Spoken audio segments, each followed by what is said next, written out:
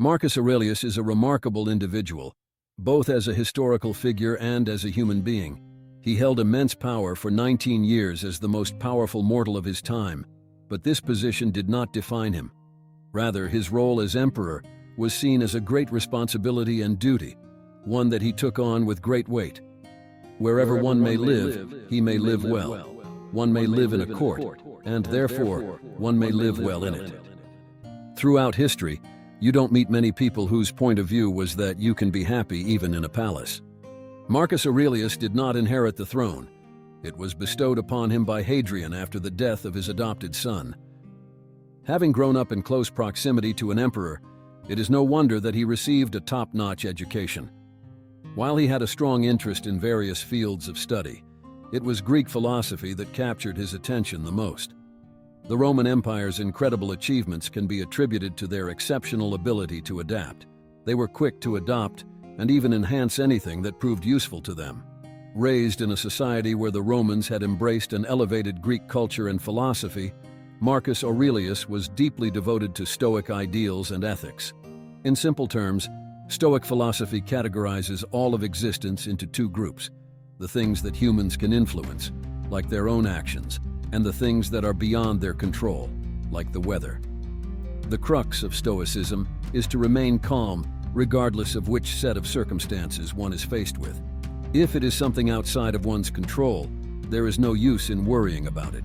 If it is within one's sphere of influence, take action and then let go. Marcus Aurelius had a disdain for those who praised him. At first glance, this may seem harsh, but his reasoning was that his sole purpose was to fulfill the duties assigned to him by the gods. The gods had tasked him with being a just ruler and an honorable man, so if he accomplished these tasks, he was fulfilling their will. What could be a greater honor than carrying out the will of the gods? For what would you more when you have done a kind office to a man? Is it not enough to you that you have acted in this according to your nature? Do you ask a reward for it? This is as if the eye were to ask a reward for seeing, or the feet for walking. For as these are formed for a certain purpose, which when they fulfill according to their proper structure, they have their proper perfection, so also man formed by nature for kind offices to his fellows, when he does any kind office to another, or anything other ways conducive to the good of society, has done what he is formed for, and has his proper good and perfection. To those who ask, "Where have you seen these gods? Or whence are you assured they exist that you thus worship them?" First, they are visible, even to the eye. Again, my own soul I cannot see, and yet I reverence it. And thus too, as I experience continually the power of the gods, I both know surely that they are and worship them. His political career was not exceptional. He was constantly embroiled in wars, whether he wanted to be or not.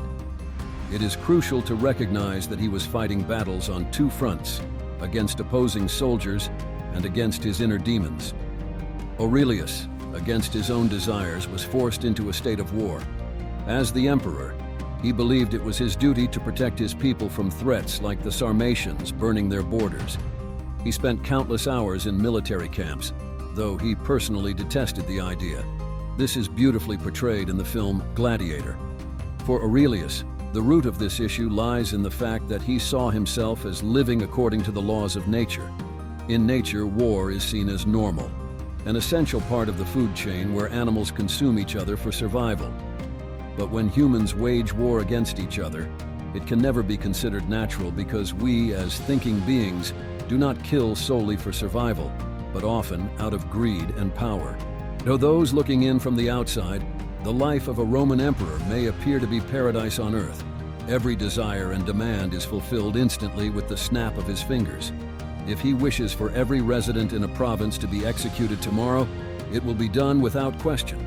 The only law in the world is Roman law, and as the embodiment of Rome itself, the emperor holds ultimate power. From 161 to 180, Aurelius held the most powerful position in the world, and yet he was also incredibly lonely. He could never truly speak his mind to anyone because everyone wanted something from him. Rebellions occurred during his reign, with the most significant one happening in 175 when he was accused of prioritizing philosophy over ruling the empire. His time as emperor should not be romanticized as an utopia, but rather seen as a forced state of depression for 19 long years. To truly grasp Aurelius, one must understand that the thoughts of a depressed individual typically revolve not around death, but rather the purpose and meaning of their life. For Aurelius, this purpose was crystal clear: to be a just ruler and a virtuous human being. Despite his struggles with depression, Aurelius found solace in fulfilling his duties. Some may argue that he used his dedication to helping others as a way to cope with his own suffering. One of the main reasons for Aurelius's depression was his constant interaction with the despicable, malicious, deceitful, sadistic, or downright ignorant individuals that surrounded him. Each day brought a new batch of people from different regions of the empire, each with their own unique culture, beliefs, customs, and attitudes. In Aurelius's mind, it was all part of the job. No matter how repulsive or disrespectful someone may be, he saw it as his duty to help them. If they did not listen to his advice, it was out of his control and he could move on without dwelling on it. This mindset was effective in theory, but difficult to put into practice. What made Aurelius stand out was his ability to not only preach these ideas but also live by them. You have it in your power to have no such opinion, and thus to keep your soul undisturbed. The external things themselves have no power of causing opinions in us. Men were formed for each other. Teach them better than or bear with them. Marcus Aurelius is believed to be one of the first individuals, if not the very first, to document his struggle with depression in such detail. In his 12-volume book, he devotes a significant portion of his thoughts to the inevitability of his own death. The title of this celebrated work has changed at least 5 times throughout history, and its exact timeline remains a mystery. What we do know is that before his passing, Marcus Aurelius ordered for his meditations to be destroyed. Fortunately, an unknown citizen defied this command and saved the book from being lost forever. Although their name remains unknown, we can still express gratitude towards them for preserving this valuable piece of literature. When discussing the idea of Roman virtue, thinkers from ancient, medieval, or Renaissance times are not referring to a general quality or behavior. Rather, they have Marcus Aurelius in mind specifically. Machiavelli, a renowned Renaissance intellectual, coined the concept of singling out 5 Roman emperors and deeming them good: Nerva, Trajan, Hadrian, Antoninus, Marcus Aurelius. His thought process is intriguing, as he embodied the idea that the ends justify the means. He was willing to sacrifice anyone at any time for what he perceived as noble intentions without hesitation. Interestingly enough, Machiavelli acknowledged that the fall of the Roman Empire coincided with the death of its final good emperor, Marcus Aurelius. Despite everything, you may find yourself feeling pity towards him.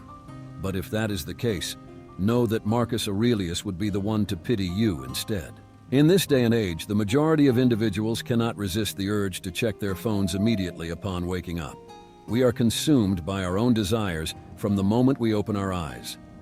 While this can be attributed to dopamine addiction, the underlying issue is clear. Modern society is driven by instant gratification.